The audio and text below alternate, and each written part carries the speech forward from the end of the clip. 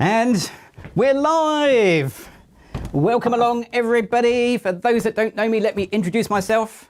Hello! My name's Gavin Hoey. I'm a professional photographer, photographic educator, and you're watching the YouTube channel for Muse from Lumesca. Welcome along. Wow, it's been fun getting here. If you can see and hear me okay, pop a note in the comments, say hello, let us know where you're watching from. If you can't see us and you can't hear us, don't worry about it, it's fine. Well, don't have to comment, that's okay. So, as far as I know, it's just us. It's kind of really weird, but it's nice to know that there are people out there. I know we've seen a few comments already come in, so I'm not here on my own. I do have a few people. Most importantly is the awesome Sam on the Super Switcher. Do you want to say hello, Sam? Hello, everyone. How's everyone doing today? I can see there's lots of people here from all over the place. The most exotic one so far, I reckon, is Bali. Bali? Amazing. Yeah, wow. Yeah. Germany, Aberdeen, Suffolk, New Forest, France, Norfolk. They're everywhere. They're everywhere. So, yeah, it's lovely. It's great to see all your comments. And yeah, just let us know. Oh, hi, Sam. Thanks. I think they can hear us. Brilliant. Fantastic. Oh, that's really good. It's always nice to know that people are joining us, and we'll get people coming through this session, I'm sure. So if you're watching this on the rewind as well, don't forget to say hello in the comments too, because although this is live, which is interesting fun, it's also going to be available for a rewatch. So if you have to bail halfway through, don't worry. You'll be able to watch it again. Lumesca will make it available, I'm sure. Okay, good. So what are we going to be doing today? Well, today's quite exciting. It is really exciting because I'm going to be doing some portraits. Yeah, which is really exciting for me because I am a portrait photographer. It's been challenging to do some portraits, to say the least, over the last few months, but things are definitely getting better. We have taken a ton of precautions today. Today, we have all had our coronavirus tests, and we all passed. Yay, that's really good. We've had vaccines. It's been really quite exciting. So, yeah, we have a whole portrait shoot to do, and we've got an amazing model makeup artist to join us as well. So we should really get going, I guess. But I'm just going to check in with Sam. Any problems at the back? Anything I need to know? We're all okay? That's great. Lots and lots of people watching. Yeah, it's great. Lots of nice comments. Smashing. Okay, so this session is being sponsored by Lumesca, so I'd like to thank them before I forget later on, so I'll do it now. And also BenQ. My BenQ monitor over here, and also X-Rite, and we'll be using these products through the session. it's a good excuse for me to take some portraits, really. But we'll be using those products through the session. And if you're around on Monday, we'll be going through the post-processing side of what I'm going to be shooting today. I say that, we haven't taken the photos yet. This could go horribly wrong. I mean, you might be doing my holiday photos on Monday. Who knows? No, we'll be fine. We'll be okay. Okay, so I've got some lights to play with as well. We're going to start the session by using speedlights. Okay, and then I'm going to move into studio lights. And somewhere in the middle, I'm going to mix the two together. That's the idea. I'm going to try and take some photos that have some color.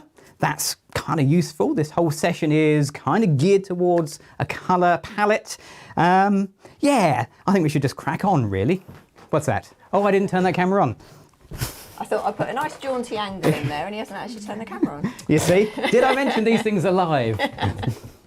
I was trying to save the battery is what it was.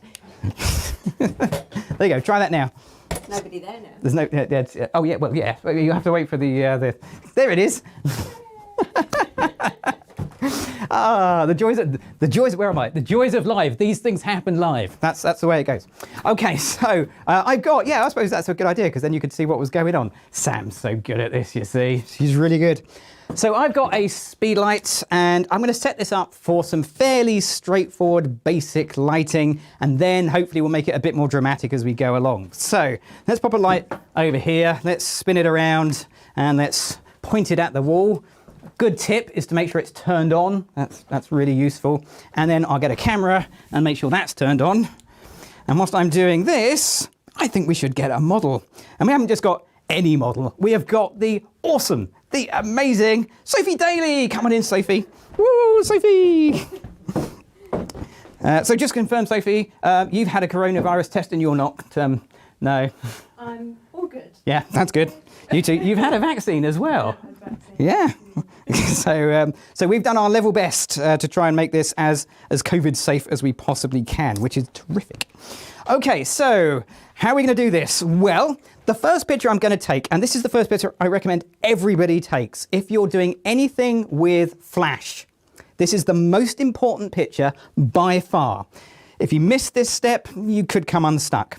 So I'm going to choose some settings. I'm using an Olympus camera. Doesn't particularly matter for this session. And I'm going to dial in some settings pertinent to my camera. So my ISO, native ISO for Olympus is 200. That's where I'm going to be.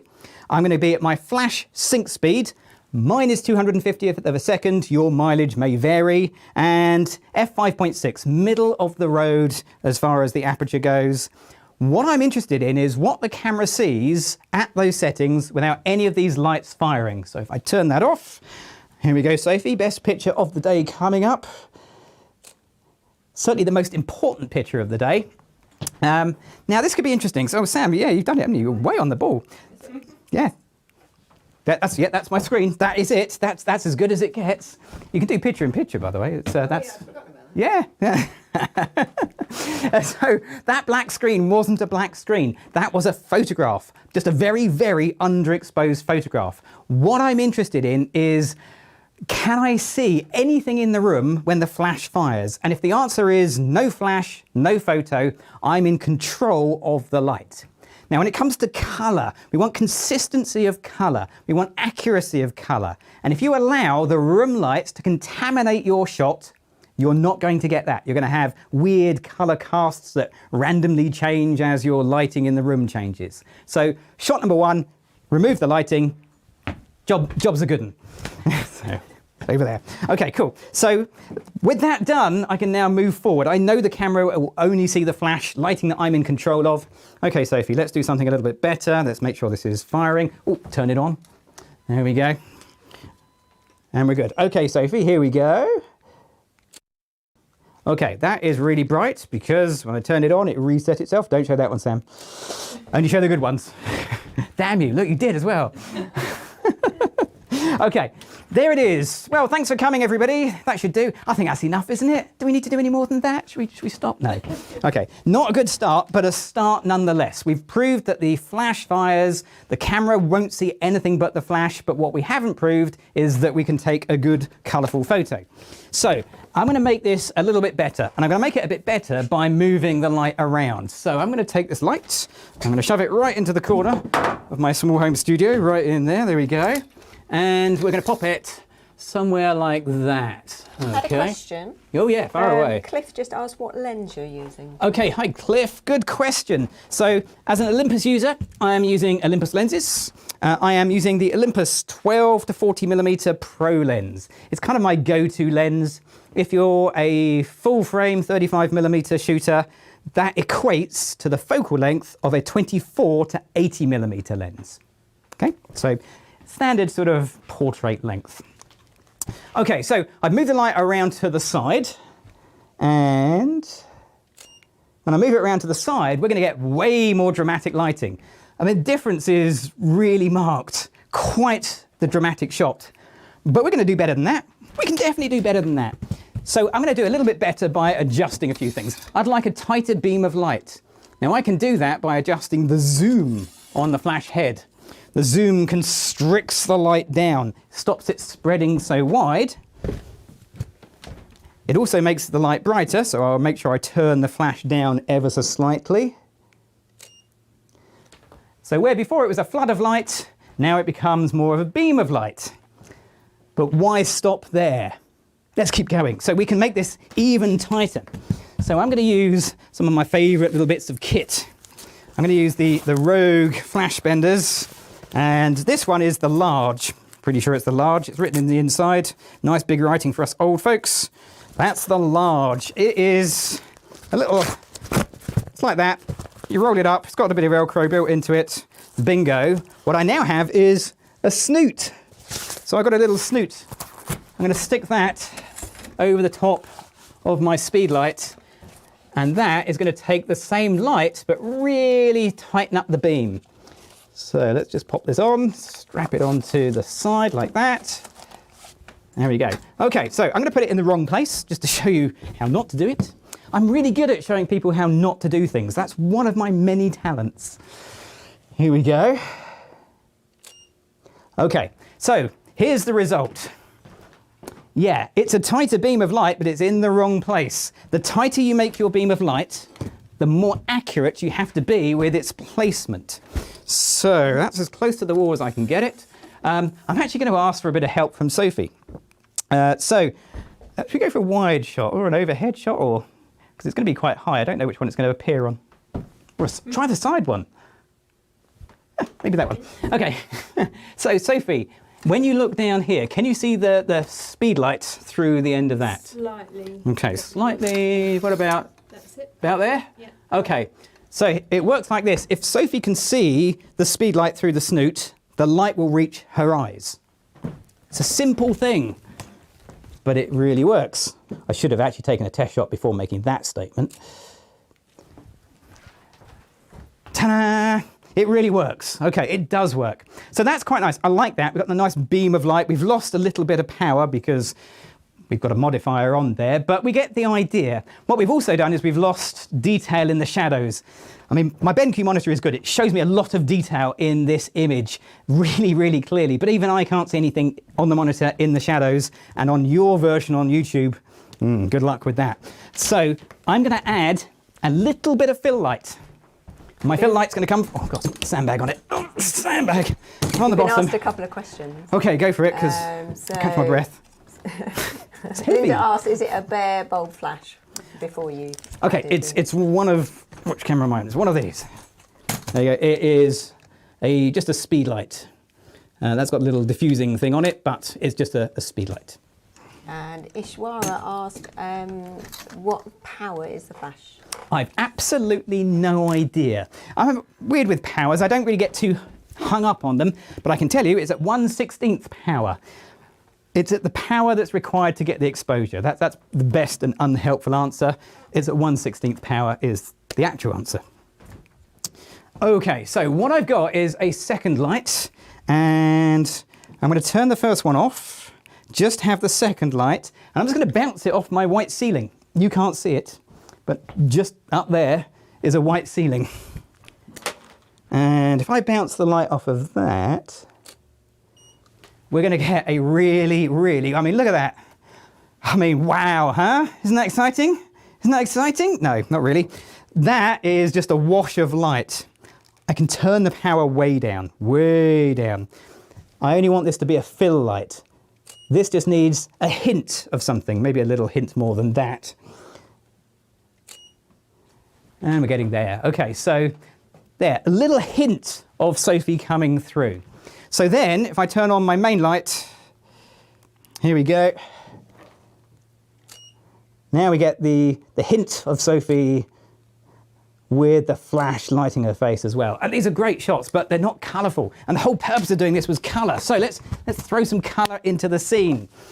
So for colour, I'm going to add in one of these, my little gel kit for speedlights. It's another Rogue product.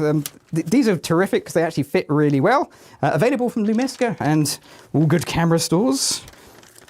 Lumesca are great. They're a distributor for a lot of the stuff I actually use. So this is a great match for me. Okay, so this is blue gel. The blue gel is going to add a wash of blue to this shot. So where before it was kind of a little bit on the okay side, it's the colour that was sort of right. This is going to be a lot more blue. That's the idea. However, there is a slight downside to this, and I'll show you what it is. I'm going to do one test shot. Here we go, Sophie. Okay, here's the problem. It doesn't really do very much. In fact, it's done the opposite. I've lost detail in the shadows. So what's going on? Why have I suddenly got less than I had before? Well, okay. Getting old. I need my glasses. Hang on. Okay, so which camera am I on? On this camera? So this is the gel that I'm using. If I can come in here. It's called Just Blue, and you can notice it's got an f-stop loss written on it. This gel will lose you 2.5 stops of light. That's why everything's darker, because when you apply the gel, you lose 2.5 stops of light. So you know that. It's written on the gel. You can adapt for that. So I can add in a fair chunk of light. And suddenly, we're going to get a blue shot. Yes, there we go. Okay, let's try a few pictures like that. Fantastic. Superb. And this is where working with an experienced professional model and an awesome makeup artist really pays off, because literally I can just stand here and take photos, zoom in and out occasionally. Happy days. Isn't that so much fun? Okay, that's really nice. But that's not the only colour in the pack, and we want to make these colourful. Now, the only downside is, anybody see where I put the gel? There they are. Okay, right, so the next one out of the packet is red. Okay, so red, here we go. This is one of these. It will eventually focus, probably. Yeah, there we go. Bright red, it says, with 3.5 stops of light loss. So the red absorbs more light than the blue.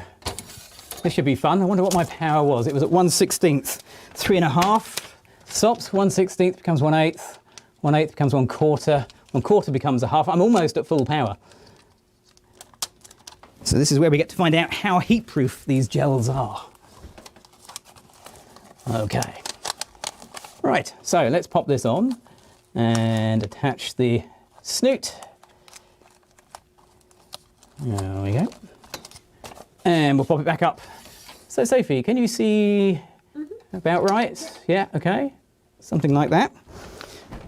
So in my mind, what should happen is a nice strong beam of light of a red colour comes through, and we have a blue wash of light in the background. Yeah, we do indeed. Wow. Okay, that is red. Technically correct, but not necessarily right. So I've turned it down a little bit just to try and blend them in a little better. I'm going to turn up the wash of light a little higher. There we go. Now we're getting some good colour. Okay, try moving my feet. Try not to be the lead feet syndrome. Okay, this is really good. Now, I have to remember that I'm actually doing this live, because this is where I get carried away and think, oh, this is so much fun. Okay, that's good. We should probably stop. How are we doing, Sam? Any questions? We had Barry ask, how do we know what exposure you are taking? Okay, Barry, I could use a flash meter, do that whole thing. That would mean getting quite close to Sophie, trying to avoid that. So I'm doing, test it, take a shot, is it right, adjust as necessary.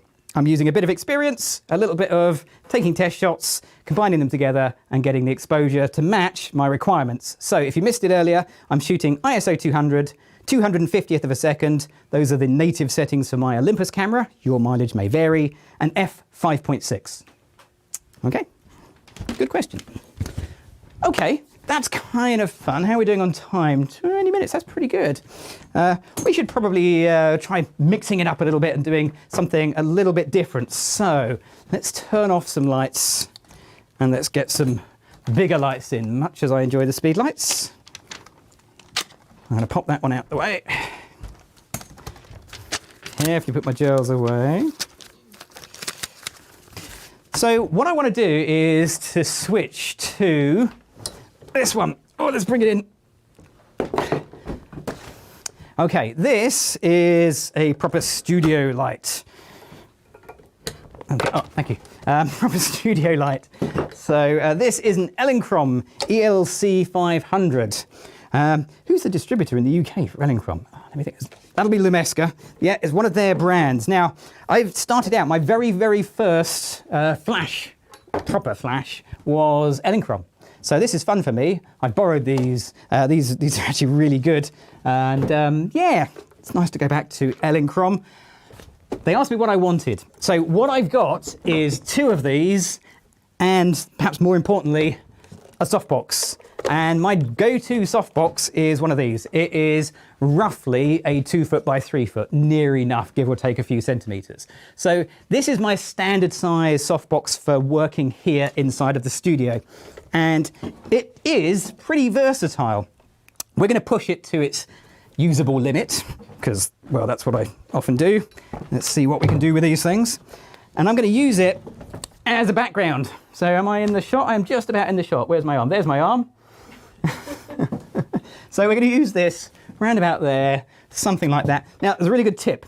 Doesn't matter what brand of flash you use, remember to turn it on before you start using it. The Elinchrom has an often button. Often? And make sure the often button is set to on, because if it's set to off, it doesn't do anything. Okay, there we go. So my flash is on. We're good to go. I'm actually going to switch transmitter as well. I'm going to be using the Elinchrom Skyport. So let's turn that one off. Pop that out of the way. And we're good to go. Had a question. Go for it. From Ken asking what you're using on top of the camera to control the multiple flashes. Good question. Okay. So Ken, good question. I'm using, here we go. So with the Elinchrom flashes, I am using, probably that way up would make more sense, an Elinchrom Skyport. With the Godox base flashes, I'm using, well, this one's from Flashpoint from Adorama, but various other brands are available. You have to use the right transmitter. So one of the things about flashes is there is yet to be some agreements amongst the photography community, one flash transmitter to rule them all. At least if there is, I don't know about it. So you have to use the transmitter that works with the system that you've got. I'm going to make that a little bit more tricky because I'm actually going to mix one flash, speedlight in this case, with a different brand of flash, Elinchrom. And I'll show you how, if you're going to put your toe in the water and you're just going to buy one flash, you can still use your other flashes as well. So good question, Ken. We will cover that. Where are we going to be? Right, Sophie, you're going to stand in front of that. Any other questions, Sam, or I'm going to keep talking? No, you go for it. Okay, so the plan is try and make a white background. Not a white background, a pure white background, commercial white background. And we're going to use the softbox. It's a classic technique, and if you do it right, it's a fairly straightforward technique. And then we'll try and take that technique and sort of mix it up a little bit into something a bit more interesting and a bit more colourful, and I'll talk about colour management. Steady now. That sounds dull. Trust me, it's not. It's kind of important. Okay, so Sophie, are you ready? My camera settings, before anyone asks, still the same. ISO 200, 250th of a second, f 5.6. Nothing's Actually changed. got a question for Soph. But what? No, wait, no, hang on a second. She'll charge us more. Go on. Where did you get those killer boots? They were Topshop a couple of years ago. Topshop a couple of years ago. Oh, killer boots. Look, they make her too tall. Everyone loves those. Topshop from a couple of years ago. Yeah, I mean, they're just too tall for you, really. So you should definitely wear shorter boots. Okay, so yeah, where are we? Let's make sure this works. Quick tip: turns the transmitter on as well. That would be really good. So just going to turn this on. I'm going to use exactly the same settings. I'm not going to change my settings at all. I'm going to put the flash into, well, it's manual mode. There's no TTL going on here. And I'm going to set it, well, it's going to go to 1. It's going to go really low down. It goes to 0.1 as its starting position. So this is 1 stop more than its minimum. Okay, Sophie, here we go. Okay, so if I take this picture, what I get is kind of a white background, but it's not quite what I'm after. You can see a little bit of bleed coming over Sophie's shoulders, as in bleed of white light. So Sophie, this close to the background is too close. If you can take a little step towards me. Okay. As Sophie steps towards me, my background effectively becomes smaller. Now, had I got a bigger studio, I could step back. And if I could step back, I would get compression. I'd have to crop in or zoom in, but that's where you can compress backgrounds by stepping backwards. Step back, zoom in. Unfortunately, this is as big as my studio is. So this could work, but with a little bit of extra work involved. So let's add a little bit of extra work. The first thing I'm going to do is add some extra light. Here we go. I'm going to take this off. I think I'll take the red gel off as well. Just a crazy idea. Let's pop those over there out the way. And I'm going to add in, I'm still using a speedlight, so I'm going to add this. So this is the Rogue Flash Bender XL. It's my favourite one of the range, which is why it's been used and abused. It's mine, it works, it's great, it does the job. These are not sexy products. What they are is really practical products. So yeah, it's great. Okay, just put that on there and attach this on. So it just takes a moment to attach to my speedlight. Something like that. Got a question about your tethering software. Oh, yes. This is Stephen, what are you using? Hi, Stephen. So I am using Olympus the joys of live, I can't get my words out. I'm using an Olympus camera, so I'm using Olympus software. So I'm tethering with a Tether Tools, orange Tether Tools cable into my BenQ monitor. My BenQ monitor has a USB that's attached to a computer, so it tethers together. And on the computer, it's running Olympus Capture and Olympus Workspace software. Capture captures it, Workspace displays it. And yeah, it's kind of bomb-proof, really. I shouldn't say that. It's usually bomb-proof. Okay, so let's pop that over there. Right, okay, so here's the plan. We're going to create a sort of beauty lighting look, kind of. A little bit beauty, a little bit not. So we're going to pop that around about there. It's not full-on beauty. If we were doing proper beauty lighting, we'd have reflectors below and all of that stuff. But it's light coming from above, fairly front onto Sophie like that. Okay, so how do I make these flashes work? Because I've got an Elinchrom flash and I've got a random speed light that's not an Elinchrom. So how I make them flash is how I have this speed light in its slave mode, which is a terrible name, but it basically means it looks for the light from the Elinchrom and it will fire the flash when it sees the light. So it's in its S1 mode. Most flashes have a similar mode. So I'm using the Elinchrom Skyport to do this. And the reason I'm using that rather than the transmitter for the speedlight is because I'm lazy.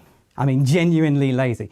If you think about it, if I need to adjust the power, I can only adjust one of the lights. I'd rather do the one that's furthest away remotely because I just have to walk up and do this one. Okay, so that's kind of the thinking behind this. Okay, Sophie, here we go. So, Sophie, you're definitely tall. Hang on.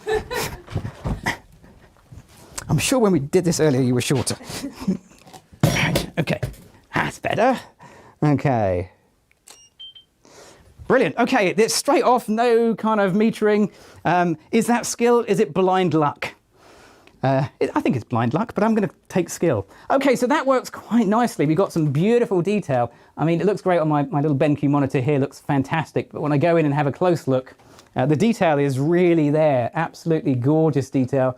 Sophie, Hollywood makeup artist to the stars. Well, some stars, but you can... Yeah. You undersell yourself, Sophie. You really do. Okay, so that's pretty good. That's not too bad at all. I can probably turn that background light down a bit. So I'm going to turn the background light down. Let's just take it down a little bit. I'm going to take it literally half a stop down a little bit, and that should just give me a bit more contrast in these shots. Yeah, that's much better. There we go. Beautiful detail right into the eyes. Absolutely stunning. So that works very nicely. We've made the Elinchrom work as a white background. Yeah, there's a bit of cropping, but I can live with that. The thing is, what about the color? So if you're photographing people, color is critical. We don't notice color shifts on inanimate objects because we don't know the color. And even though we come in a vast variety of colors, somehow we seem to be able to notice when skin tones aren't right. So I'm going to take you through what I do here to make sure that I get as close as I can in camera, and then what I'm going to do on Monday to help you make sure that you definitely nail correct skin tones. So it all starts with this. I'll come closer. Okay, so this, that way up, is my ColorChecker passport. Oh, I suppose you could check whether I white balance my video camera, I've just realised. So, I have. So this is the ColorChecker passport. It is a swatch pack of colours. This is the version 2. The version 2, which also has 2 grey cards for different methods of getting your exposure right. But I like to use the grey cards for something much, much simpler than that. Let's just get them open. There we go. So I use these as a very basic, very rough and ready white balance. So in-camera white balance, rather than relying on the standard white balances, I use these. So Sophie, I'm going to give you that way up. Thank you very much. So it's really important that when you do this, you're in the same light that's lighting your subject. Same light source, the right powers, everything is set, the right light modifier, everything is set. How you go from here is going to vary from camera to camera. For my Olympus camera, I choose one of my custom white balances. I press the info button and it says one touch white balance. So I fill the screen with the grey card and it says, do you want to use this? That's a white balance of 2700K. Allegedly, but yes, I do. So I now have an in-camera, rough and ready white balance. So when my pictures pop on my BenQ monitor, they will look roughly right. That's what I want. I want Sophie to look at those and go, yeah, that is the color I did my makeup. However, if accuracy is what you want, can I just take that off you? Thank you very much. And there are times when accuracy is everything. That's where you use these. So I'll show you how to process these on Monday. If you join me for Monday's class, I'll take you through that. But for now, I need a photo of this now because I can't do it afterwards. There is an up and a down. I've never figured out whether it matters whether it's up or down, right way round or back to front. Well, back to front actually is not a good thing. But I'm going to put it what I think is the right way round. So Sophie, I'm going to give you that to hold. And you're going to hold that right next to your face. Right underneath your chin. But that's great, not getting any makeup on it. I'm going to fill the frame, but not completely. It doesn't have to be a full frame. And there it is. Ta-da! Okay, right way around, all good. Smash in. Okay, so that's done. That is something I don't have to do again unless I change something, and we will change something for sure. But now I've got that, let's get creative. That's the technical bit. What about a bit of fun? So, I literally went through the bins. No, I didn't, that's not strictly true. I had a bit of a sort out. We bought this. Anybody know what it is? If you know what it is, stick it in the comments. Let's see if anybody can figure this out. So this is going to be used as part of this shot. So, you're around about 30 seconds in my past, or am I 30 seconds in your future? I never really figured that out. So, I don't know, Sam, did we get anybody have a clue what this is? We haven't had any answers. No, we're maybe 30 seconds plus a bit. I think we might be jumping the gun a little there. Okay, so I'll tell you the story behind it whilst you think. So this we had to go and buy from a specialist shop. So we went to the specialist shop, which was on an industrial estate where we live. And this stuff, by now you probably had a go. So this stuff is called mylar. It's the sort of stuff that people use in gardening.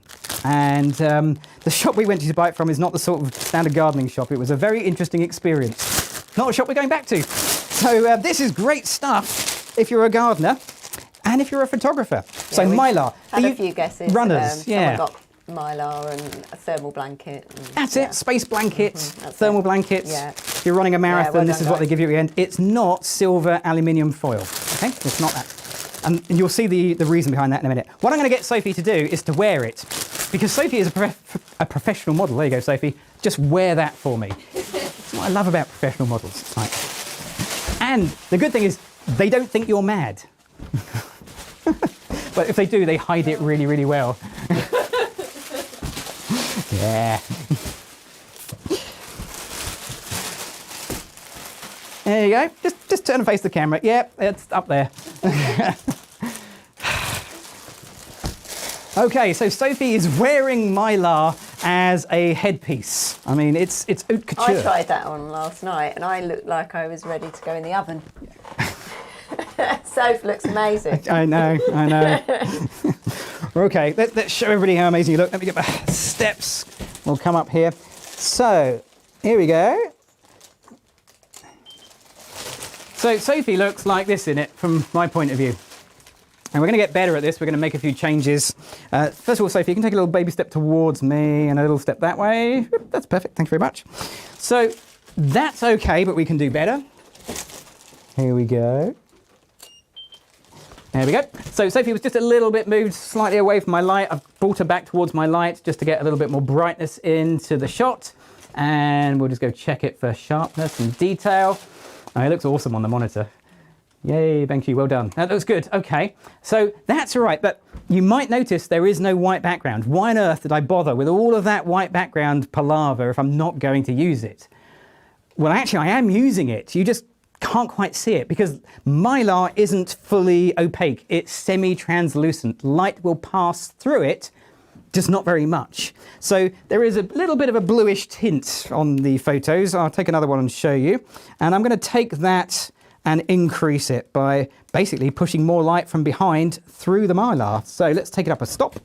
Whoop, let's not fall off the steps. Okay, awesome. Just wait for that to come in before we get carried away.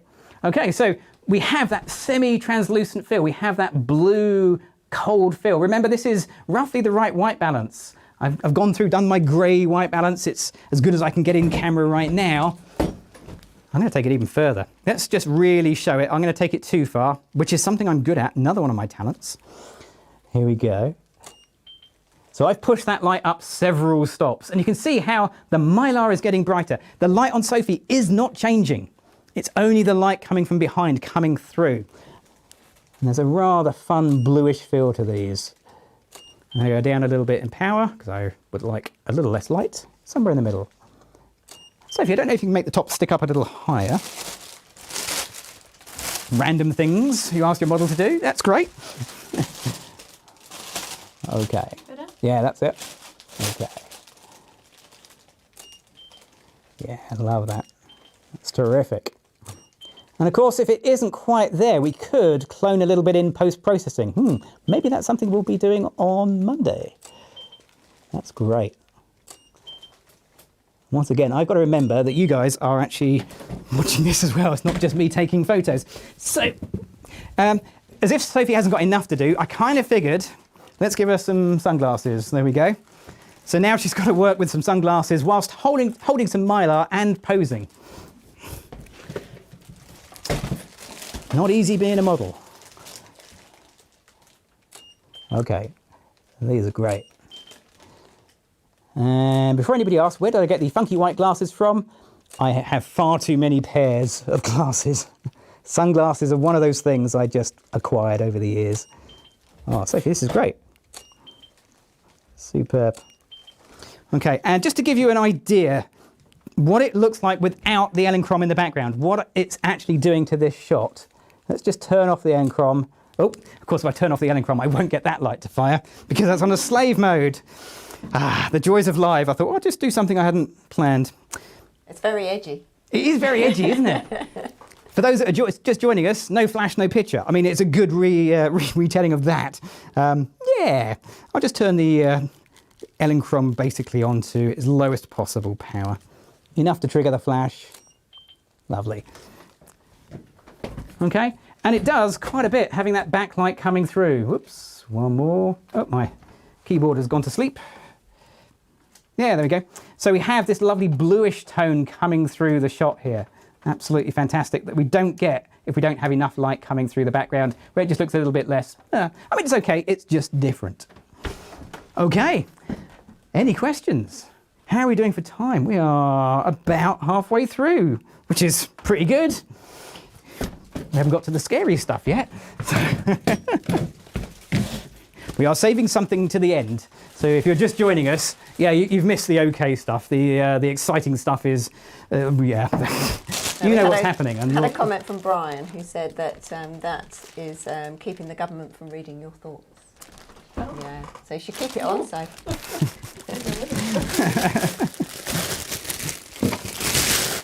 Okay. So if you've got any questions, now's a good time to get them in because I need to shift a few things around in the studio. So Sophie, if you want to just step out the way a little bit so I don't accidentally hit you with anything, drop anything or do anything daft. Okay. So, yeah, let's move on to a little bit more deliberate colour. So that was getting the colour right if you are doing portraits and you want correct skin tones. Now we're going to go in a different direction with colour and deliberately really up the colour. I did actually have a question about the background. They just asked if that was real. Which, this one? Yeah. Does that answer the question? Maybe. Yeah, it's real. It's, yeah, the things other people throw away for photographers are the best things on the world, in the planet, aren't they? I mean, they're just like, this is old, tatty old, corrugated, whatever this is with zinc coating on it. It's wonderful. And literally it was being thrown away. So it's good. Right. OK, what are we doing? Yes, I remember. We did have another question. Just Far away. From Robert, who says, when's the big move? Soon, Robert, soon. Can't come soon enough. Don't go down that road. Yeah. Right, okay, so we're going to do some work with not speedlights anymore. We're going to move into just the Elinchrom studio lights. The technique doesn't really change. The lights are going to be different, but the lighting is still the same. So if you are a speedlight shooter, you're not left out in this section. Okay. What I will do, however, is make sure I switch off my speedlights because I don't want them randomly flashing. There's another speedlight knocking around somewhere. We'll find, oh, that one, yeah, the one right in front of you. Yeah, that's it, that's good, it's off. Okay, so we need a chair for Sophie. There we go. Smash in. One chair, let's make it a little bit. That'll do, won't it? Okay, come and have a seat on the chair. Let me step out the way. So, classic lighting, your absolute classic lighting position. Model sat down, or subject sat down. You're going to get a light, you're going to pop it in front of your subject, something like that. 45 degrees. And we normally put it there. As a photographer, I'm going to be out of shots, but normally I have the light around about sort of reaching distance, just in case anybody steals my light. I like to have it within grabbing distance. That's kind of how it goes.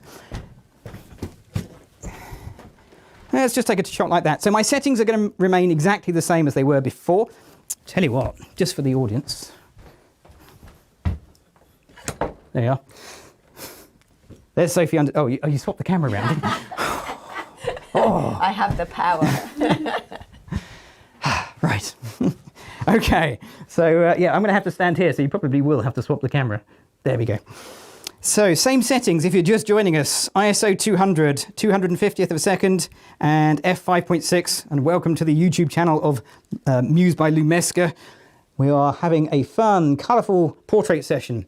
Okay, here we go, except at the moment, what I'm not getting is particularly colourful portraits, but we're going to work on it. But isn't it beautiful lighting? It's lovely, it's simple, it's classic, it's timeless, it's slightly underexposed. Let's just see if we can get the exposure right. There we go. There we go. And of course, exposure is just a personal thing. What you think is exposed correctly, what I think exposed correctly can be completely different things, and we can both be right. So that's okay, but it's not very colourful. What I've got back there, let's take the long route round, is the most colourful background you have ever seen. This is every colour you have ever wanted combined together, which makes it basically grey. Okay, but if you have a neutral grey or black background, the world is your oyster. So we're going to throw some colour onto there, but we're going to do a few important things first of all. And the first one is we're going to make sure that background disappears, goes black. So to do that, I'm going to move my light. I'm going to move it closer to Sophie, a little bit lower because we don't need to light the top of her head. There we go, something like that. If I move it closer to Sophie, there's something called the inverse square law, or as we like to call it, light fall off, which means I can turn the power of the light down. Here we go. In fact, even at its lowest power, wow, these Elinchroms are good. Even at its lowest power, it's just a little bit bright for my taste. I may just adjust my aperture to compensate. There we go. Okay. Oh, that's too far. Yep, that's about right, isn't it? Okay, but the background is dark, and if I get the exposure right on Sophie, let's just see. But it's not quite black. Now, on your screen, I suspect it looks black. On my BenQ, no, it's not black. It's nearly black. It's very, very close to being black, but it's not actually black. The darker I can get that background, the more colourful I can make it. So, when you're in the market for a new speedlight, always, always, always buy a speedlight with a speedlight, softbox. Always, always, always buy a softbox with a grid. Okay, these are absolutely essential bits of kit. Okay, so a grid does a couple of things. Its primary function is to reduce the spread of the light. Gives you more direction, more control. Let's just find it the right way around. There we go. Its secondary function is it actually cuts down some of the light output. Oh, it's like trying to put a bedspread on this. Hang on a minute. There we go. I tell you, if we weren't doing this live, I could absolutely put this on without even looking. Tell me you're not actually getting this in the shot, Sam. Tell me I'm out of shot and make my day. Yeah, totally. Yeah, I only got the corner of it. Marvellous. Okay, one grid. Okay, so the way it works is this. Which camera? We're on that camera up there. If the light is pointing straight at you, you will see white, the softbox surface. As it turns away, so if I actually loosen off one of these, oh, run out of hands. As it turns away, so you see nothing. Okay, light reaches you, light doesn't reach you. And it's the same from Sophie's point of view as well. If I point this at Sophie like that, Sophie, can you see any of the white of the softbox? Yes. Great. Sophie can see the white of the softbox, but if I stand back here, I can't see it. So less light will reach the background. Notice I didn't say no light. Light still bounces around the room. Light will still get to places. But it will also take away a bit of power, so I'm going to increase the power of the light to compensate. And I need to increase a little bit more. And it's about a stop of light usually that this softbox with grid combo takes away. But what you'll notice is that background is now deep, dark black. Okay, so how is this a colourful picture? Well, now we get to add the colour. And I'm going to add the colour by grabbing a second light. I'll be back in the shot in a second. Sophie, just entertain them for me, will you? Okay, so here we go. Second light, it is another Elinchrom light. We could do this with speedlights, but if you've got a 2 kit of Elinchrom lights, it seems a shame not to use it. So let's turn this light on. Let's pop it right in behind Sophie, pointing at the background. Lovely. Okay. And we'll just add that in on the Skyport so we can deal both lights as separate entities. So the way I've set this up is I have the key light in the softbox on group A, the main group, and then secondary light on a different group. So they're working in different groups, so I can actually control them independently. Okay, which should mean if I come around the back and I adjust the power of this one, yep, that's exactly right. Okay, I'm going to put the background light to its lowest possible power, 0.1. Okay, here we go. Okay, that is its lowest possible power. Whoa. But that's enough to give me some light on the background. It's still not a colourful picture. Let's add some colour now. Where is the colour? Okay, so quick question to the audience. What colour would you like? It's interactive unless you're watching the rewind, in which case it's not. It's too late. But if you're watching this live, you've got a choice of colours. What would you like? I'm gonna pick the one that no one's gonna choose, green. And by the time I've done that, we'll probably have a few comments. And all I'm gonna do is use a bit of gaffer tape, stick a bit of gaffer tape onto my gel and stick this onto the reflector. Boom, there we go. It is on. Okay, Sophie, here we go. And what we get is a colourful background. Yay! It's so simple. Okay, any comments, any preferences from the audience? Sam, you're the arbiter of the audience. Red. Red. Anything else? Pink. Oh, come on. Red and green stripes. I knew someone was going to do this. I knew this was a bad idea. Yellow, purple. Yellow. Let's try, yeah. Okay, they're all in there. I guess we're going to say all of them. Let's go with yellow. Okay. I mean, if you want something, if you're missing the sunny weather, yellow is the colour for you, because this, here we go, is sunny yellow, but that's at its lowest possible power. Brace yourself. Let's take this up. Let's take it up a little bit. Lowest possible power. Let's take it up 2 stops. Yeah. That should do the job. Okay, here we go. Whoa. Now we're getting sunny. What the heck? What happens if we go to maximum power? I guess the light's dim in the studio. Let's see how that goes. All the way to 6. Okay, I'll tell you what not to do if you're going to do that. Make sure you adjust the right light. Did I mention this is live and that things can go wrong?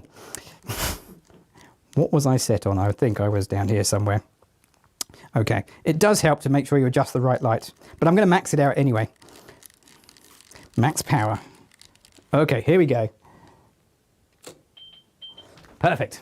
Okay, back to the correct Sophie. And you'll notice that the back of Sophie is starting to get white. So now we're starting to get almost to pure white with quite a lot of bleed. Basically, colours are the amount of light you throw at it. So somebody asked for pink. If I put a red gel on there, pink is just a very, very bright red.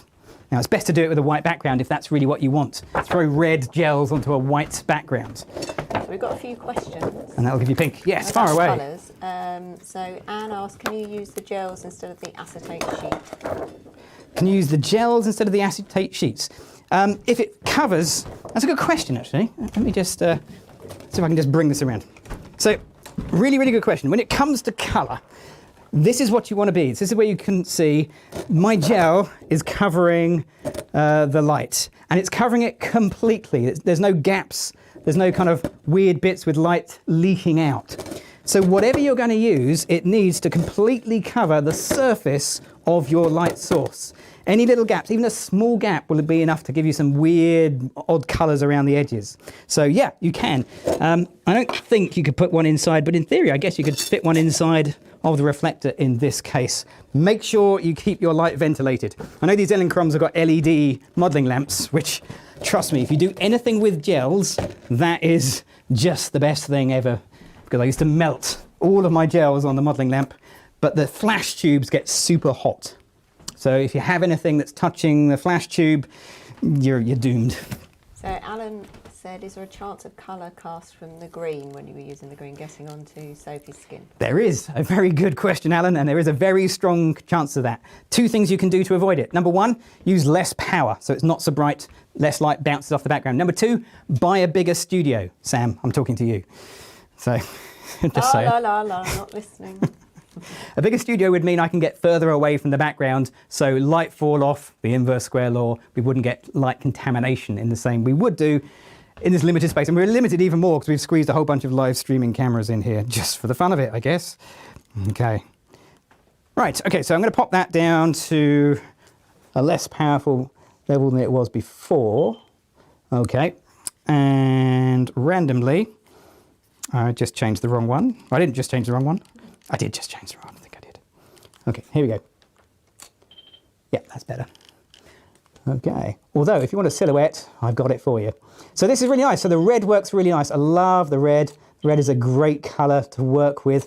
So can you put your red jacket on just for a second? Okay, so we requested Sophie have a whole bunch of clothes, and one of them was a red jacket, which should look really good when it comes to the red background. So I'm down here, we should look really good with the red background.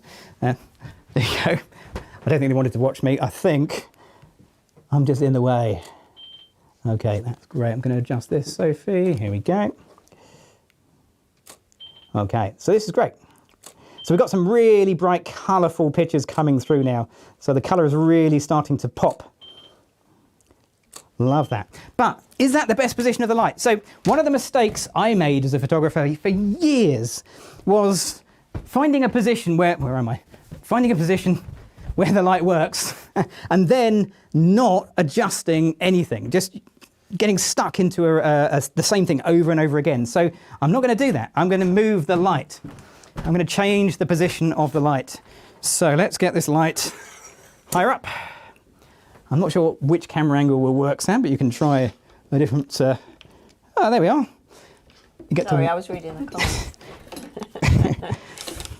Hang on. So someone asked, it's Matt, what would happen if you stacked different colour gels on one light? So, for example, green and blue gels on one light. Yeah, what would happen, it would be exactly the same as if you mixed coloured paints. So you'd blend the colours together. So green and blue makes, I can't think, I'm busy, but it makes a colour. What does it make? Greeny blue colour. Yeah, it's sort of cyany colour, wouldn't it? Yeah. Somebody will put it in the comments. Okay. So yeah, it's just like mixing paints together. You will get a random colour. So quite often if I need an orange and I don't have an orange gel, I'll put a red and yellow together to make an orange colour. Okay, so what I've done is I've moved the light. So now it's elevated up in the air. Here we go. Let's just try that again. It's going to put a different light pattern on Sophie. It'll change the pattern of light. That looks pretty good. So now it's coming from more of an above position. And this works really well. Sophie, do you want to look into the light for me? As Sophie looks into the light, we get some fantastic light in her eyes. I mean, let me just jump in and show you what I mean. If we could just go back one. If I can go back one.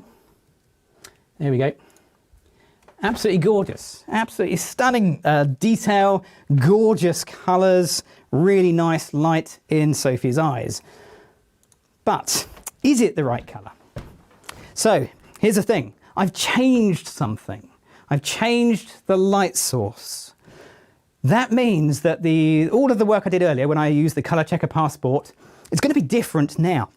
Now, depending on how accurate you need your colours to be, it could be very different to the point where you need to do a full ColorChecker Passport, which is what we're going to do. It could be close enough. Everybody's needs are different. For me, if I've changed the light to something completely different, I'm going to redo my little ColorChecker passport, possibly the grey card, but if I want extreme accurate skin tones and consistency from one light source to another, this is the tool for the job. So this is my X-Rite ColorChecker passport. Sophie, it is now your X-Rite ColorChecker passport, temporarily. And once again, I'm going to use the same light in the shot that I'm using for my editing. Okay, that's pretty good. I may just take my exposure up because I want it a little brighter. Okay, and that's pretty good. I like that. I think, however, I'm looking at it now and thinking, there's a couple of things I'm going to change, actually. Let me just give you a pair of sunglasses. We must have, oh, we have a pair of sunglasses. All this flashing lights is bad for models' eyes, probably. It's not, but sunglasses, I kind of like this. Okay, Sophie, just look up into the light for me. Okay, so this is kind of fun. These sunglasses have a reflective coating. If you look at me, Sophie, if Sophie looks at me, I don't really get much going on. But if you can just look at the light, I'm going to turn the modelling lamp on so I can see it, and I'm going to guide you. If you can look a little to your left, that's the way. Hold it right there. Great stuff. I can actually get some interesting reflections. Whoop, there's a picture of the wall, because that's what we wanted. Yep, picture of the wall. And you're seeing a reflection of the grid. So just to mix it up a little bit, let's take the grid off. When I take the grid off, I have to remember to adjust the power of the light. So let's take the power of that down about a stop. Here we go. And again, Sophie, you're going to look at the light for me. Fantastic. Okay. Really good. And because I've now got it where I want it to be, this is actually, I think, the lighting I want. It shouldn't make a difference, but I'm going to do it anyway. You can never have too many pictures of the ColorChecker passport. Yeah, that's better. Happier with that. Perfect. Okay, good. Done. Okay, so that's going to give me a reference for this light. Let's change things around a little bit, because there is some red in this shot, and red can really throw cameras out. Let's add a bit more red. Let's take this out the scene. So, Sophie, I'm going to ask you just to step aside whilst I move a few things around. Got a question for Sophie, actually. She may need to shout because you're off mic. Yeah. But that's fine, we can shout. Do you have any posing tips? I would say just watch other models. That's how I learn myself. So watching other models, and you are very dancey, Yeah, aren't you? I used to dance when I was younger, so I'm kind of used to that movement as well. Very fluid. Your movements are very fluid. So, yeah. Okay, lovely. Thank you.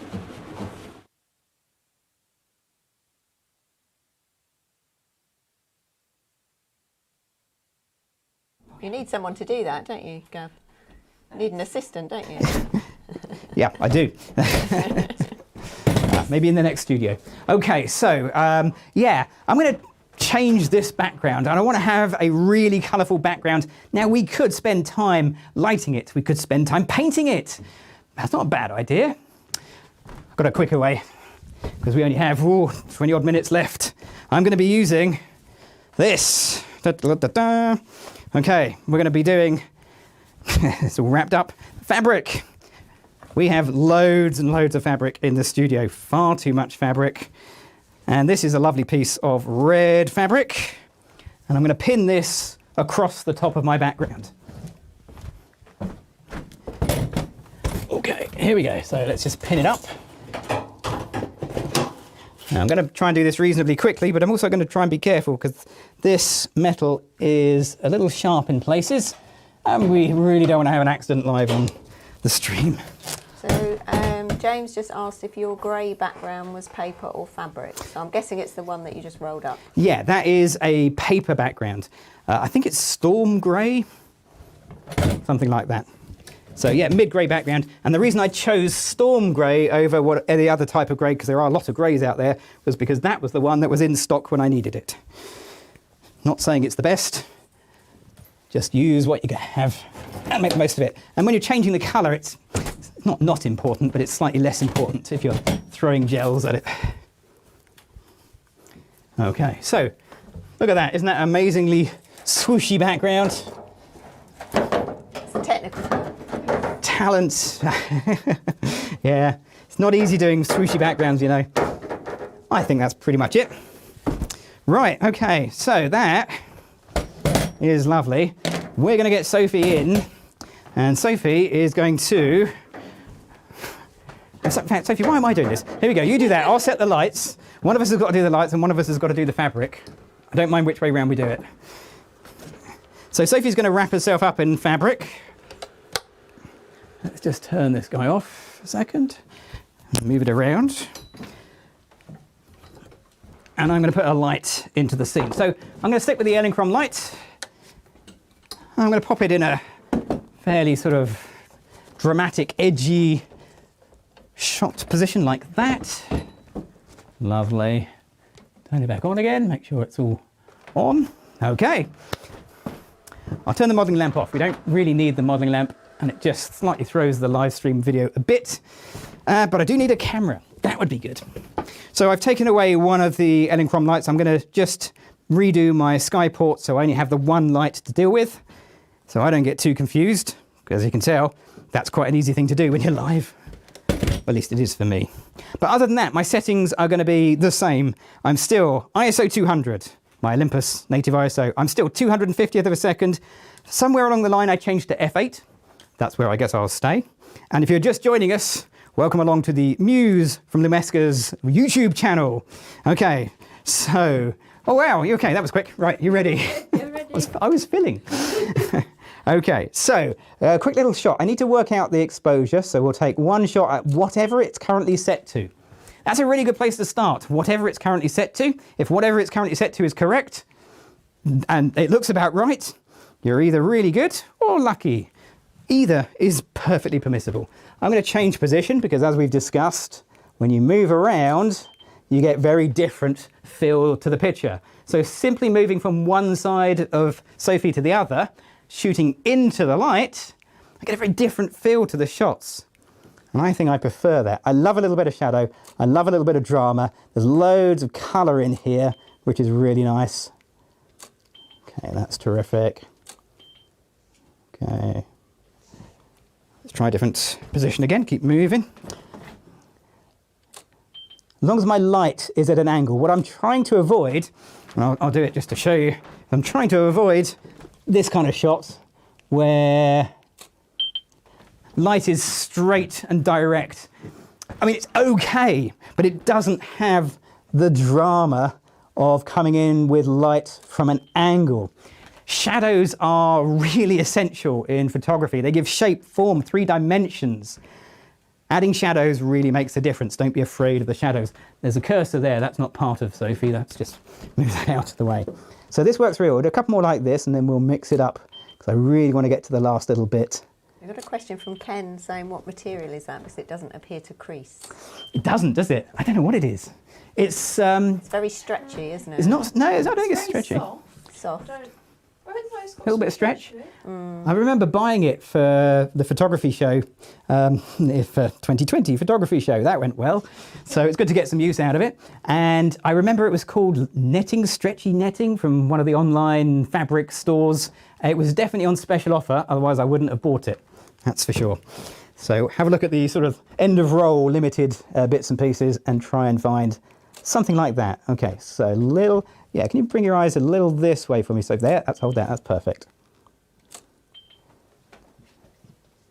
Okay, cool stuff. Okay, so that's okay, but I've got one more idea with the fabric as I've gone to the trouble of setting it all up. Let's see if we can do something a little different with it. Where I'm going to put my camera out the way. Let's put it over here. Okay. Okie dokie. Now this is going to be an interesting one for watching live. We'll see how this goes because my plan is I'm going to get the light and put it raking light down the side of the studio here to try and pick up some of these swooshes that I so carefully spent time and effort to make for you. Yeah, okay. And I'm going to make a little V shape of fabric. So if I take the end, thank you very much. So I'm literally going to make a V of fabric, like that. Oh, Sam, well done. Yeah, there she is. Look. Very good. Okay. So this is where I have to be ambidextrous and try and do left-handed photography. Oh yeah, that's pretty good. Oop. I'm going to come over here. And I'm trying to let the other fabric drape as well. That's really good. I tell you what, Sophie, can we put your red jacket on? Yep. It's like an oven in here now, so is it just me? It's just you. It's just me. That's it. The joys of the Tether Tools cable is you can see it before you try and trip on it. I've tripped over almost every cable, but have I ever pulled the Tether Tools cable out? No comment. Okay, let's move on. Let's move on from that. Yeah, we should have rehearsed the script for that one, Sophie. Okay. Yeah, okay. I've never broken it. I can definitely say that with some confidence. Okay, so these are really good. Prof. Sophie is sort of locked inside a little sort of V shape of fabric. And because I'm constantly moving it, it's always changing as well. So there's always a difference. If you're going to do that, I'm going to go a little wider because that worked well. That's great. I'm going to go wider still. Okay. Yeah, that's really good. Does your jacket zip up at all? Yes. If it's pre-lockdown and one of mine, that's, yeah. There you go. That's brilliant. Yeah. Okay. And the only reason I'm doing that, well, you'll see when I take a few pictures, is now we have red and red and red. And when it comes to colour, we've got tons of it. There we go. Love the tassels. When you put your arm out, we've got the tassels drifting down. There we go.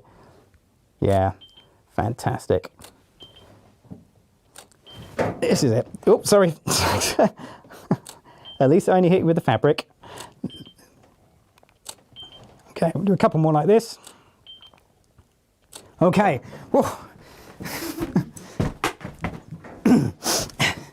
Nobody saw that. I think we've got away with that one. Okay. Right. Any questions, Sam? Oh, boy. That's fun. Let's just have a little look, actually. Just have a quick little look at that. Put my glasses on. Okay.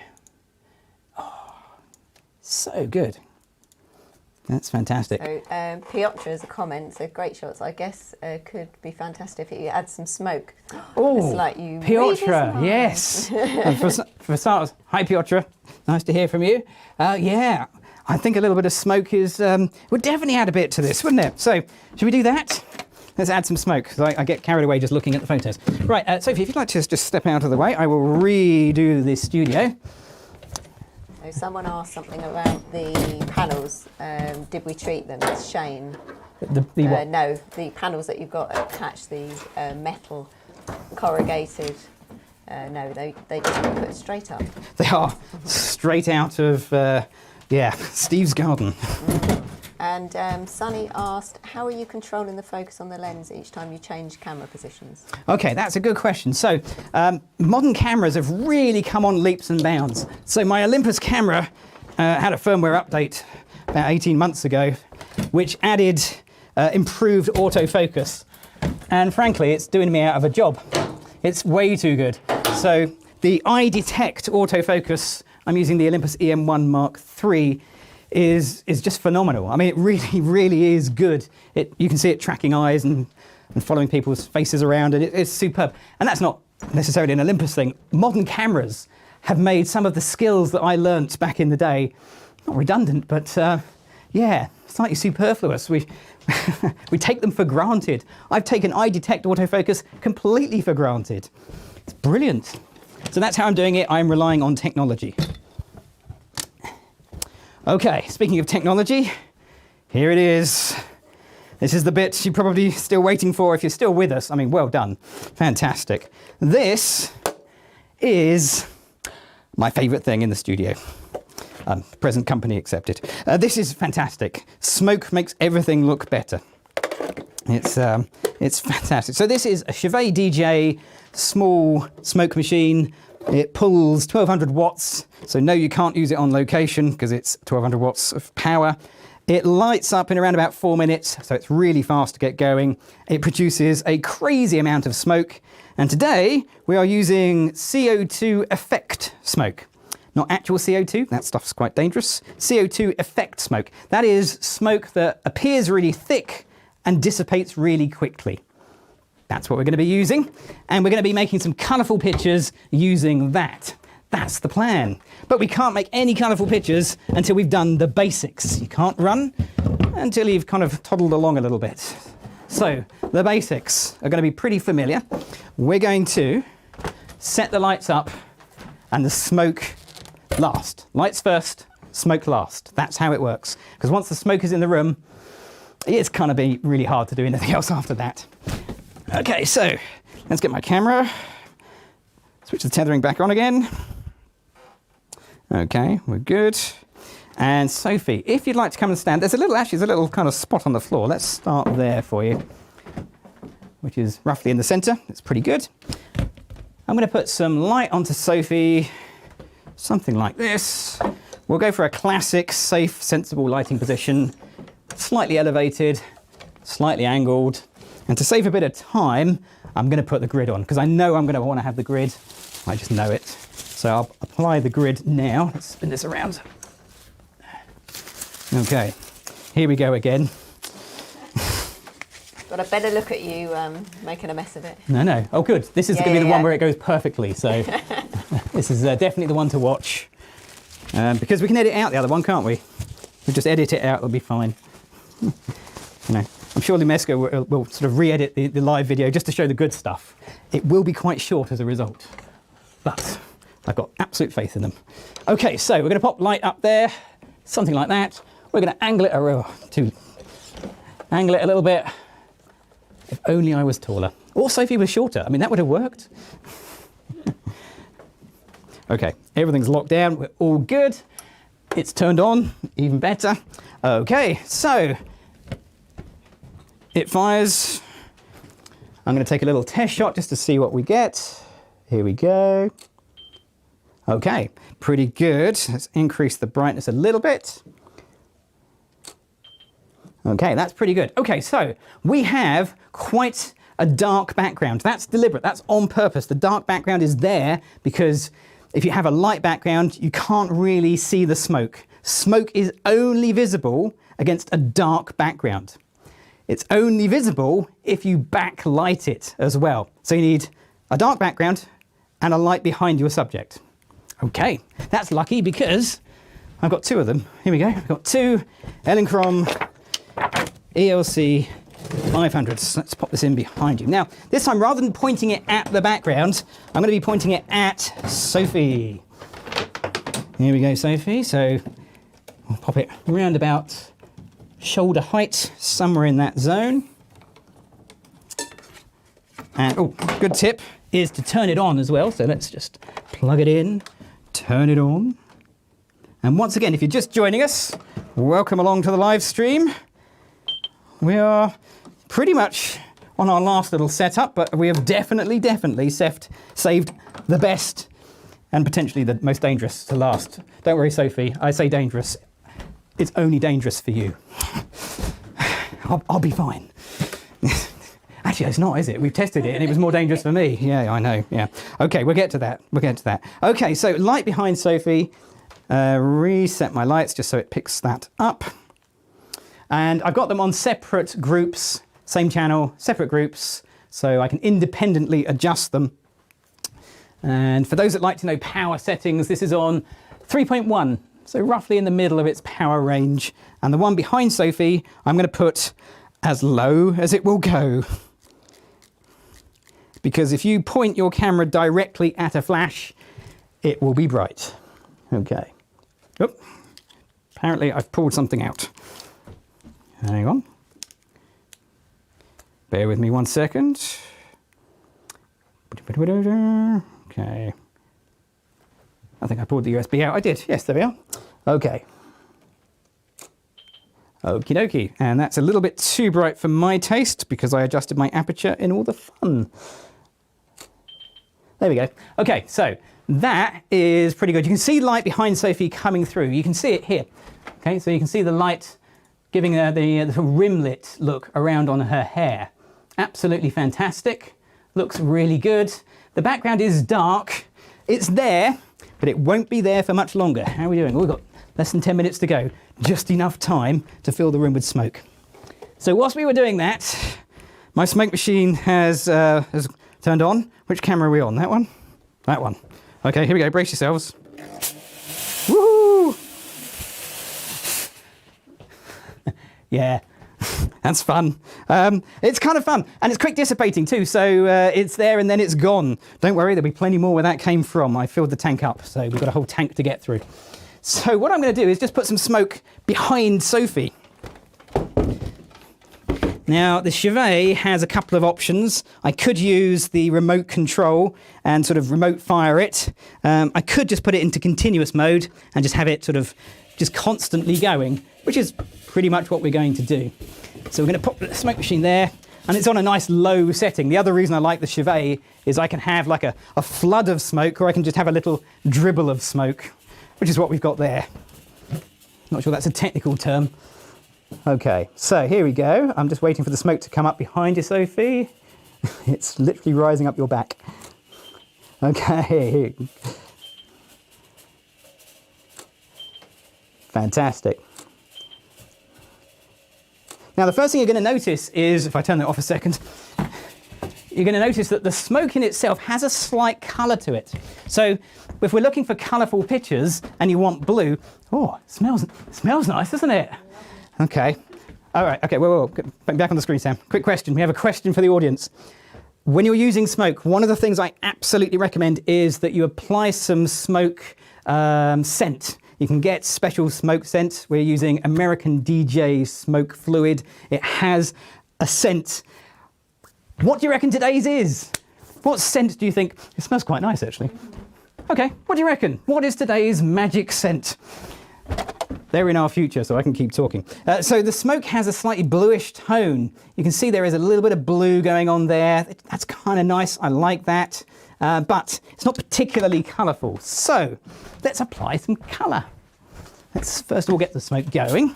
And then somebody asked for purple earlier, and we didn't do it. So I think we should do purple. Okay. Let's grab a little bit of duct tape. Tape my gel on. Where are we? So I've got a little bit up there. There we are. A little bit of duct tape, a little bit of gel. I'm going to gel this onto the reflector of the Elinchrom. We've got some guesses. We've got what we got? 2 vanillas and a pine. Oh, pine. Although that's toilet cleaner, isn't it? Pine fresh. No, we've not had pine. Not pine. No, we have had vanilla before. Lavender or strawberry? Popcorn? Popcorn. No. Well, that would be with the theme of the... Yeah, the Mylar. Yeah. Okay, here we go. Quick test shot like that. What's everyone's guessing? Cinnamon roll. Now, that would be nice. Bacon. Cedarwood roast dinner. Roast dinner. I am really hungry, so that wouldn't help any of those that were food. Sophie, you're closest to it. What do you reckon? What do you reckon it is? I mean, I know. If I had to pin you down, The Tutti Frutti one. Tutti Frutti is not the right answer, but it's close. It's lemon. Lemon? I don't think it smells lemon. No. It smells like burnt lemon if you run it through a sugar machine, because It smells sweet. Yeah. Candy floss, that's a really good candy one. floss. It's Yeah, lemon scented. that would be good. But as this is glycerin, so the smoke is glycerin based, which is basically sugar. So that's kind of where am I? I'm on that one. So it's kind of a glycerin type thing that goes with the smell as well. So lemon is the idea. If you said lemon, amazing. Okay, so quick shot like this. I can turn this off a minute. I've added the purple gel, but just like at the beginning when we were doing the Rogue Flash Bender and the gels, a gel takes away a certain amount of light. So where it was correct before, it's now not bright enough. So let's take that power up, maybe a stop, okay? And we'll try that again. Here we go. Spot the difference. Ta-da! Okay, can you see how much more colour I'm getting through? The colour hits the smoke, it scatters, it really looks great. Fantastic. Yeah, and although there's no smoke actually coming out the machine, there's still smoke in the room. It's really good. But of course, you're wearing red, so we shouldn't be doing purple. We should be doing red. Let's do red. So I'm going to change that. How am I doing for 5 minutes? Oh goodness. Okay, nearly there. Okay. Right, smash it. Let's pop a bit more smoke in because you can never have too much smoke. We'll turn it up a little bit. Okay, here we go. Okay, so this is red. Hang on, Sophie, because of course red will adjust the output as well. Yeah.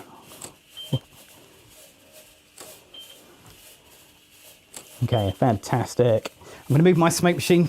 So, a couple of rules of photography. Rule number 1 of photography, the one you're all taught day 1 of photography school, never ever shoot into the light. An important rule that you should immediately break. Let's put the light just over Sophie's shoulder. Okay, here we go. A little bit too far. Hang on, Sophie.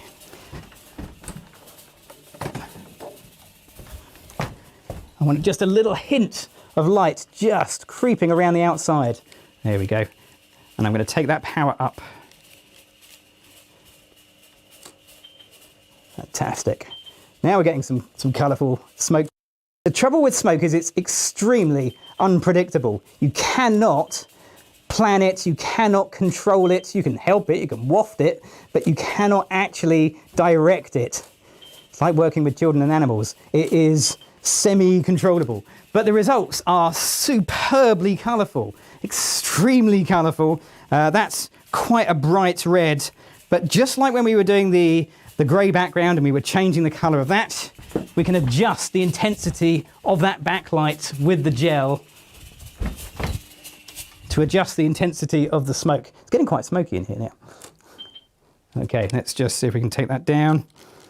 So let's drop that down a little bit. And the more smoke you get in the room, the more it flares, the more you get. I'm going to drop the light behind you, Sophie. I'm going to tuck it in behind you because now we've got a load of smoke. Now is the time just to let the flash do the work. Okay. Oh, you can still see on the video. That's quite a surprise.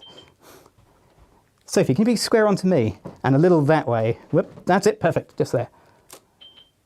Okay, there you go. Okay, a little that way towards the light, and now you can turn into the light. So I'm just trying to keep the flash behind Sophie, and because I'm being slightly lazy, I'm actually directing Sophie rather than moving the light. Okay, this is great. Okay, so these are great. Love these. I'll do a couple more, and then we will move on to the very last bit, the bit that could go horribly wrong. Okay, let's do it. Okay, so yeah, you might want to just step out of the way for this bit. So we are coming to the end of the session. If this goes horribly wrong and I have to take ourselves off air, I'm going to thank Lumesca for allowing me to do crazy things in my studio, BenQ and X-Rite for supporting this. I'm doing that now because, yeah, this is the bit that could go bizarrely wrong. So this section comes with a huge disclaimer. Do not do this at home. Just don't, okay? Watch it, enjoy it, leave it at that. So I've got, here we go, let's grab this. Okay. You know, you get those crazy ideas in the middle of the night where you think, yeah, that should be a good idea. Yeah, one of those. Not sure everyone gets those. And just me? So if you watched the beginning and the sign-up page, we had a picture of Sophie looking very different, but there was a circle behind her, and I thought it'd be really good to show you how to do that. But that picture was heavily photoshopped. The circle was added in post. I'm going to add the circle in real time, and I'm going to use... Yeah, okay. Nothing. This is what happens when you ask him to do a bit of DIY. Okay, so I have a drill, and I went into the garden, and I found some bits out of the garden. Whee! I think you can figure this out from here, can't you? Do I need to explain it? Do we even need to do it? I mean, maybe we don't. Maybe we shouldn't bother. I mean, we're going to run out of time. We'll have to stop. Okay, we're going to overrun by a couple of minutes. Okay, so what I've got is a couple of LED lights on the end of a piece of garden something or other. It's Sam's. I don't know what it is. I found it behind the studio, all packed up, ready to go. Yeah, I have no idea what it is. I think it's like a planter. There we go. Okay, and the idea is, I mean, what could possibly go wrong with this? No, I can't think of anything either. Okay, so that's the plan. It's all made of rubber, by the way. So in case you're worried, these are rubber lights. They are soft. It's fine. Okay, so how am I going to do this? Well, I'm going to need a tripod. I've just realised that, and I have got a tripod. Here we go. I'm in the studio. I must have one. Here we go. So I've got a tripod, and I'm going to need a camera, and I've got one of those. Let's see if we can do it before the battery runs out. Okay, so, and then I'm going to need to work out an exposure. So you've got to think about what I'm going to do. I'm going to spin something around, and I want to get a circle. It's going to take probably half a second to do a complete revolution. I'm not going to be spinning it too fast because, I mean, I'm crazy. I'm not daft.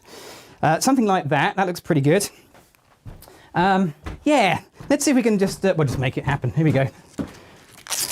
I've got a bit of Velcro, so I'm going to Velcro the, whoa, whoa. I mean, I can actually hear it. Okay, so this is, I said it's more dangerous for me than you. Do not try this at home. Okay, that's pretty good. So if I take a picture now, let's just see what we get. It's not quite what I'm after at the moment. We need to do something a bit better than this. So what we're going to do is take my shutter speed and adjust it. So my shutter speed, I'm going to take it all the way down to maybe 1/10 of a second. Let's try that. I'm going to take my aperture and open it all the way up. f2.8. Let's try that. Here we go. Okay, that is going to show me a bit more of this spinning around, but we're not there yet. We don't have a complete full spin. Although I don't mind that. Let's try 1/4 of a second. 1/4 of a second, there's more time for it to spin around. That's looking good. But the whole picture is getting brighter. Did you notice how much brighter that was than the last picture? That's because the room lights are also being recorded in that 1/4 of a second exposure. So what I'm going to do is turn out the room lights. Okay. Let's see where we go from there. That's going to make the video fun. The other camera might work better, but you can't do a picture-in-picture with it. Just try the side camera, Sam. No, it's about the same. Okay, that's pretty good. Okay. Now, bearing in mind, as if that wasn't dangerous enough, I'm going to fill the room with smoke. Because, let's face it, what could be more safe than a room full of smoke, cables on the floor, and spinning pieces of rubber? Yeah, okay.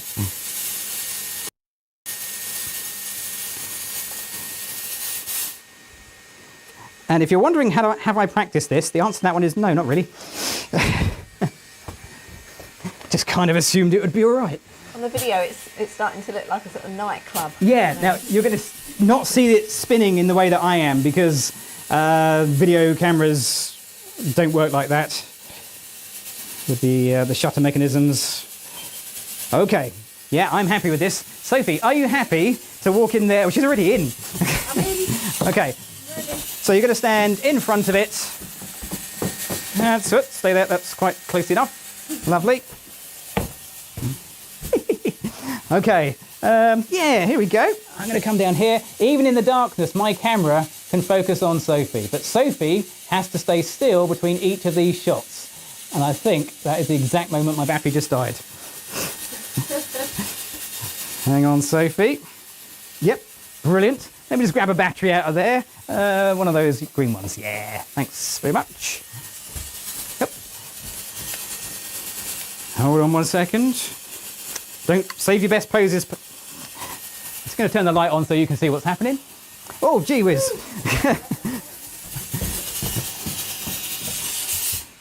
Okay, that's enough smoke. One fresh battery. So nearly made it. We were so close. Okay. barely see you now. Okay, I've got a top tip for lighting smoke like this. Let me just get my tethering back up and running again.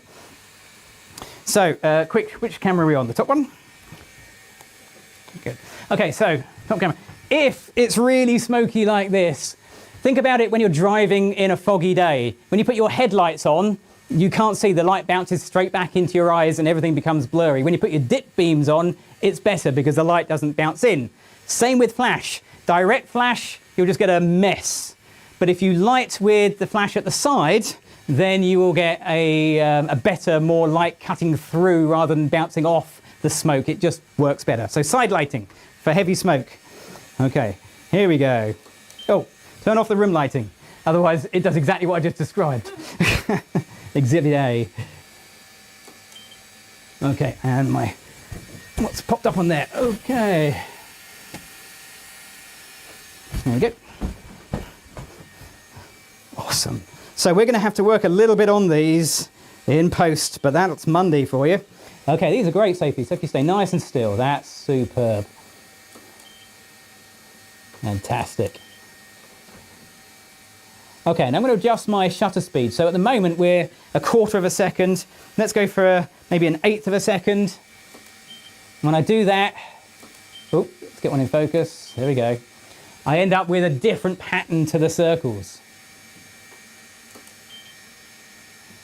Not a complete sphere of light, but a semi-sphere. Okay, I'm going to go with a little bit more smoke just to wrap up. So we're getting to the end. So if you have any last questions, now is your very last chance to get them in. If you've made it this far, well done. This is fantastic. Just going to move this light a tiny bit. Just getting a little bit of light bleed coming through. And I'm going to take that light down a little bit. Okay, here we go. So as the smoke changes, so I need to adjust my exposure because the light is now bouncing in places that I wasn't expecting. Boom, fantastic. Nearly there, a couple more, Sophie. I've got to remember this is actually a live stream and I do have to stop at some point. Come on. And the camera's doing its best to focus. Okay, that is awesome. Okay. Coming around. Whey! And just because we can, why don't we? There we go. Brace yourself. There's something to be said for stopping before it gets too dangerous. But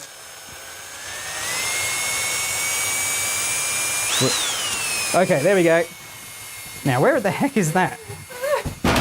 No, that's my foot. Don't panic. That's all right. It's just the background. Okay. Now, I can't see. The smoke has got so bad I can't even focus on you. There we go. Yay, modelling lamps. Fantastic. Oh, yeah. Superb. This is a little faster so I can adjust my shutter speed to compensate. Oh, it falls right in between a 1/6 and a 5th. Okay, last couple. Last one, here we go. Boom, done. Right, let's turn that off before. Hooray, we survived. Let's turn the light back on. Fantastic. Wow, there we go. Wow, that was exciting. So much fun. Any comments I should be aware of, Sam? No. Brilliant. Yeah, I'll take that as a good thing. Okay, so there we go. As I say, that was fun. Don't do that at home. That's why we can do these things on live demos, because we are trained in it. Yeah, it's great fun. Okay, so that brings me to the end of the session. Sam, is there anything I need to know before I... No, I'd just say thank you to everyone who contributed with the comments and bit of bants, and yeah, it was good, really good. Thanks for coming along. I'd like to thank Sophie for doing an awesome job.